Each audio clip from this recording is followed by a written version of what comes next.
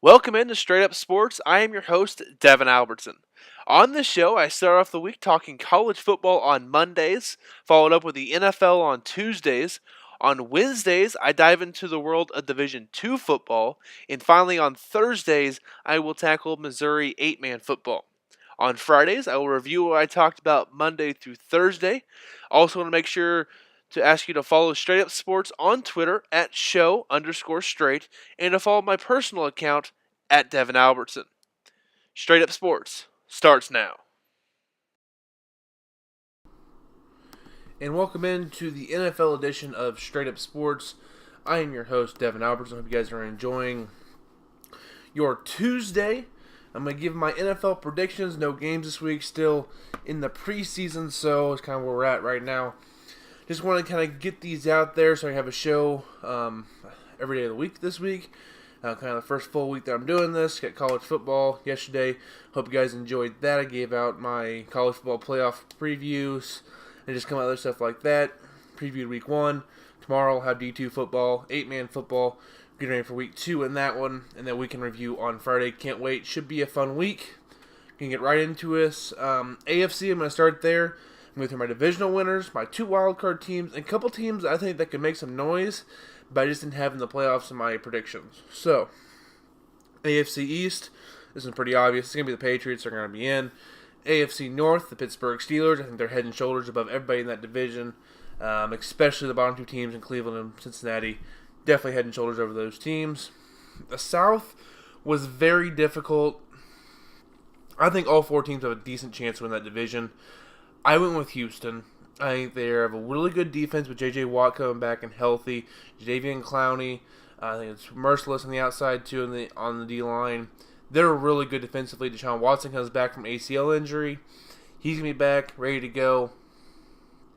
And I think Houston is the most well-rounded team in that division, so I'm going to go with Houston winning the South. The West, I'm going to stay with the Chiefs for now. The defense does scare me. I could see them missing the playoffs because that defense is atrocious. But they're going to score a lot of points. Mahomes is going to put points on the board for them. They have way too many weapons on offense not to score points with Hill, Kelsey, Watkins, Hunt. The list goes on and on. The O-line should be decent enough. Mahomes is going to throw for some touchdowns. He's going to put some points up on the board. I am not worried about the Chiefs' offense. It's that defense. I was iffy on them, but I think they're going to win the West because Andy Reid rolls out of bed and wins 9 games. I think that's going to happen again. First wildcard team I have is the Los Angeles Chargers. I think they make the playoffs and they contend with the Chiefs for the West. I think they actually finish with the same record, but the Chiefs will get the tiebreakers, whether it's divisional record or head-to-head, 2-0 versus the Chargers, 1-1, like a 4-2 versus 3-3 in division kind of thing.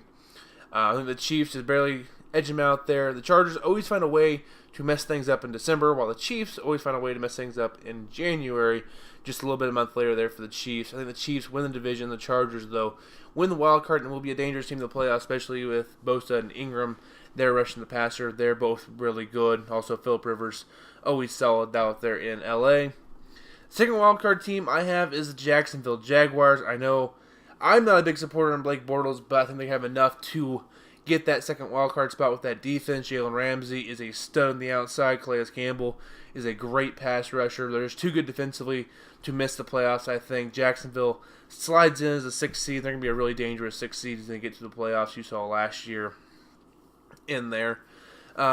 Teams that I think can make the playoffs, the Ravens could be a wildcard team. I don't know what it is about them. They're always going to play solid football.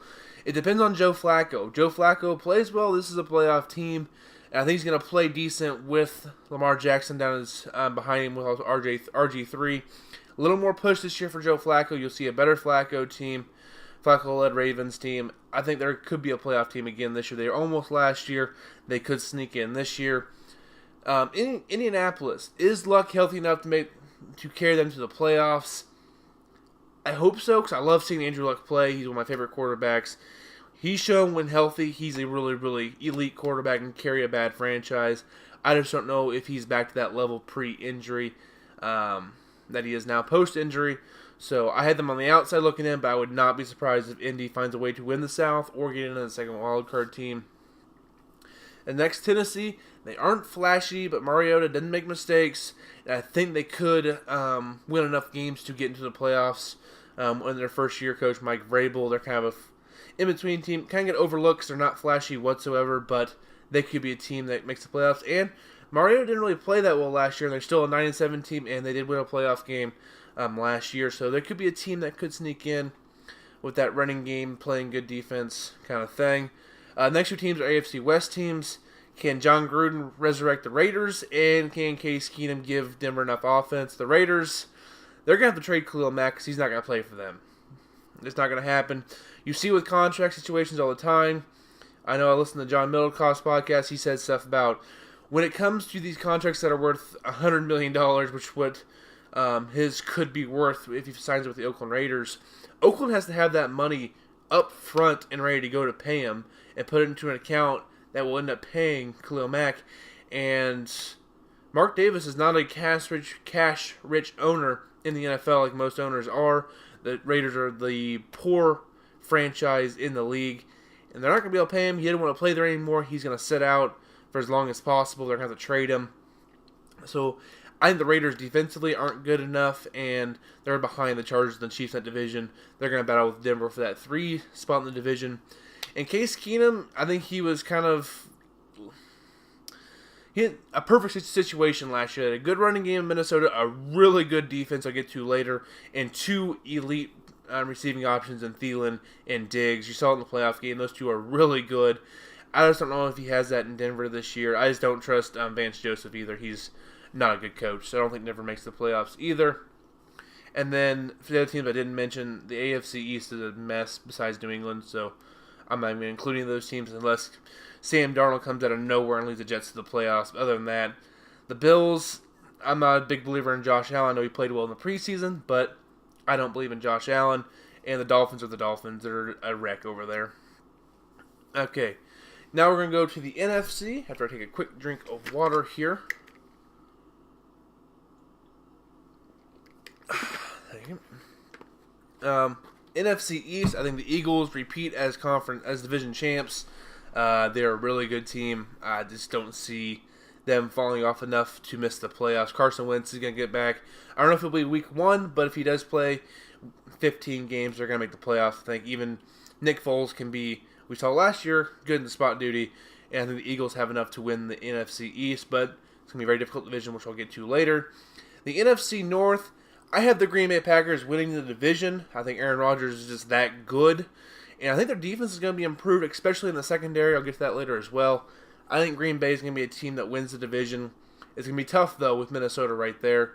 The NFC South, I have the Falcons. Matt Ryan is going to play well again. Their offense is too good. Their defense is extremely fast. And the teams they play in that division, you can play fast in those fields, whether you're playing in the Dome in Atlanta, Dome in New Orleans, Tampa Bay, in sunny weather down in Florida, or Carolina, also great weather. They have way too many games they can play their style with. So I like the Falcons making the playoffs and winning the South.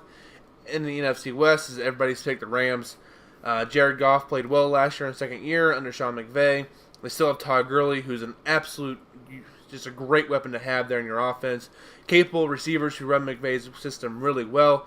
In that defense, run by Wade Phillips, who I trust a lot to manage all those Eagles back there with Talib, Peters, Sue, Darnold. They're going to be really good this year on defense. I like the Rams. I don't know if they're going to win the NFC, but they're going to win the West.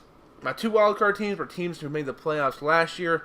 I'm kind of worried about my predictions. I think they're a little too last year heavy with same team making the playoffs, but I don't know how you leave the Vikings out of the playoff. They're so talented on defense. Bringing Kirk Cousins was an upgrade over Case Keenum last year. I think they're going to have a few more injuries than last year, why their record will come down just a bit from last season, but they might actually be a better team. You see this sometimes where a team goes 12-4 one year, but then 10-6 the next year. That 10-6 team is better than the 12-4 team. They just didn't get lucky in a couple of games and win games they shouldn't have. I think this Vikings team is really good and could win the NFC this year out of that wild card spot. They're a team I'm going to watch out for. They're just way too good defensively not to make the playoffs, I think, this year. And the other wild card team I have is the New Orleans Saints. I trust Drew Brees. I trust Sean Payton down there. Their defense was better last year, which is the only thing you worry about with New Orleans. So I think they make the playoffs. going into this season. And this conference was so difficult to pick 6 teams to make it. I think there's only 2 teams that'd be shocked to make the playoffs. It'd be the Bears and the Bucks. I think the Bears are just too young with Trubisky, and I like Nagy, their head coach, but I'm still kind of curious as his strategy in the preseason, not playing a second-year quarterback enough, and I don't know if he's going to get enough reps. I think they're going to be a couple years away, plus their division is really tough. Same way with the Bucks. The Jameis Winston situation's a mess, and they have 3 teams in that division who are all better than them, so that's going to be tough for the Buccaneers to make the playoffs. But I can make a case for all the other teams in the conference. Dallas, we start in the NFC East. They have a resurgent year from last year. They went 9-7 last year, and you think Dak improves a little bit. Elliott plays a full season. The defense keeps improving and stays a little bit healthier. That O-line is still really good on the borderline of elite. They could definitely make a playoffs push. But the negatives, say Dak stays average with limited elite targets on the outside with Des Bryant leaving and Jason Witten retiring.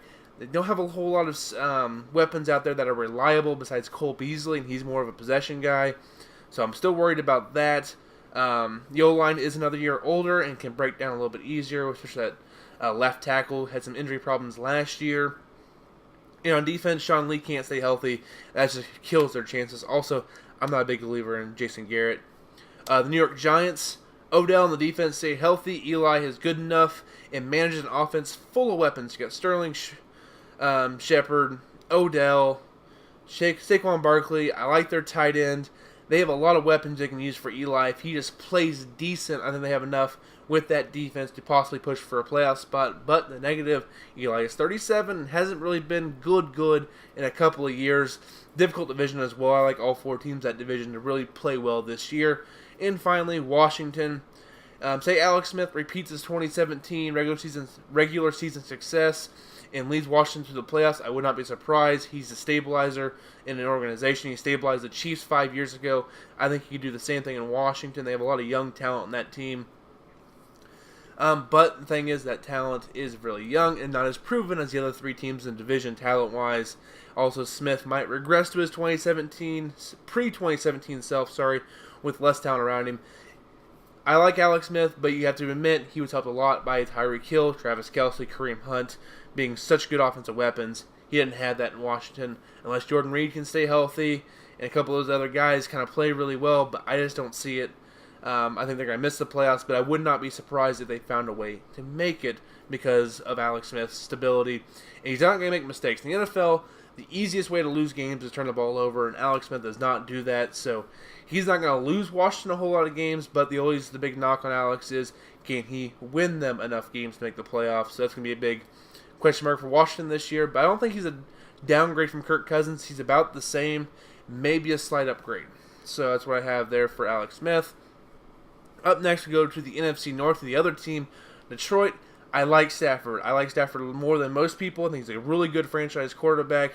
Say the running game is finally consistent. He has that behind him. The defense is kind of fixed by Patricia, and they get really good this year. I can see Detroit making a playoff push like they did a couple years ago. But, negatives. Say Patricia is overwhelmed as head coach and can't quite handle everything. The defense and running game continues to struggle. They have to play Green Bay and Minnesota twice each.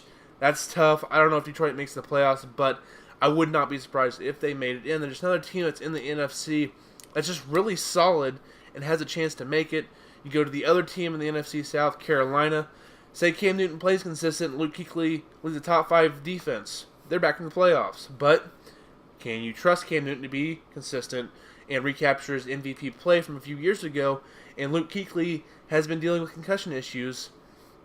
So that's really tough for the Carolina Panthers. Plus, the Saints and Falcons are both really good football teams in that division. That just makes it even more tough on Carolina. Go out west, Arizona. They went 8-8 last year, and they had Blaine Gabbert as their quarterback. I don't know. I think Sam Bradford and Josh Rosen are upgrades over that. And I think if Bradford stays healthy, which I know is a huge if, and David Johnson returns, they could be a playoff team. They could win 10 games. They could go up from 2 games from last year with better quarterback play. Absolutely. But Bradford can't stay healthy. Rosen could get beat up behind a shaky offensive line, and they could take a step back. Even though their quarterback play is a little bit better, the rest of the team around them is not as good. So you can kind of see that either way with Arizona. And I like their division kind of setting up for them. They might be able to surprise a few teams and get second in the West and possibly slide into a wild card spot. San Francisco, Jimmy G says he's the real deal. The Niners are a year ahead of schedule, and Kyle Shanahan and John Lynch lead them to the playoffs. San Francisco back on the map. I could definitely see that, but I could also say Jimmy G only played 6 or 7 games, and the rest of the roster is probably a year away from being playoff viable, so you can kind of see both sides for San Francisco. They're a big wild card out west. Seattle, say Russell Wilson carried the Seahawks like he did last year on offense, running around that terrible offensive line and making plays. Pete Carroll regains control of that locker room a little bit, and that defense starts to play a little bit better, but I don't think he does. The locker room continues to turn on Carroll. Wilson can't make enough plays, so he gets hurt behind a shaky offensive line, and I think the defense will continue to fade for Seattle. And finally, last few awards I'm going to do for preview of the year. And the MVP will be Aaron Rodgers. I think the voters will vote for him after he has a good year, leads Green Bay to the NFC North title. In a deep playoff run with those receivers, I like Aaron Rodgers to win the MVP. Comeback player of the year, I could have gone Rodgers here, but I wanted to do a guy who's been out for almost 2 years. Andrew Luck, comeback player of the year. Defensive player of the year, going to make the wild card in the AFC. Out of Jacksonville, cornerback Jalen Ramsey. He's making enough name for himself. Has the cornerback aura around him where he can make enough noise, make enough big plays, that he gets the ball rolling a little bit there. Jacksonville's defense, top 5 in the league again. I can see Jalen Ramsey getting defensive player of the year. Offensive rookie of the year, Sam Darnold, New York Jets. I think he's going to be able to lead the Jets to 7 or 8 wins maybe, and that's going to be enough. He's going to show enough to be an offensive rookie of the year. They love to give it to quarterbacks, and he's the best one of this class, in my opinion. The next one I'm doing here for defensive rookie of the year, just kind of a shot in the dark here. I just have a feeling about this one. Josh Jackson, cornerback, Green Bay out of Iowa. I think he's going to have a really good year. Ball hawk, and have a lot of big plays there for Green Bay, and they're going to need him to play well early. Josh Jackson, corner, Green Bay. Coach of the year, Mike Zimmer, Minnesota. Leads back to the playoffs. Really good, well-coached team. Everyone in the league knows this with Mike Zimmer, so that is my predictions for the 2018-19 season in the NFL. Hope you guys enjoyed the show. Tomorrow we'll be back with the D2 show, and as always, follow me on Twitter at Devin Albertson, and follow the show account at show_straight.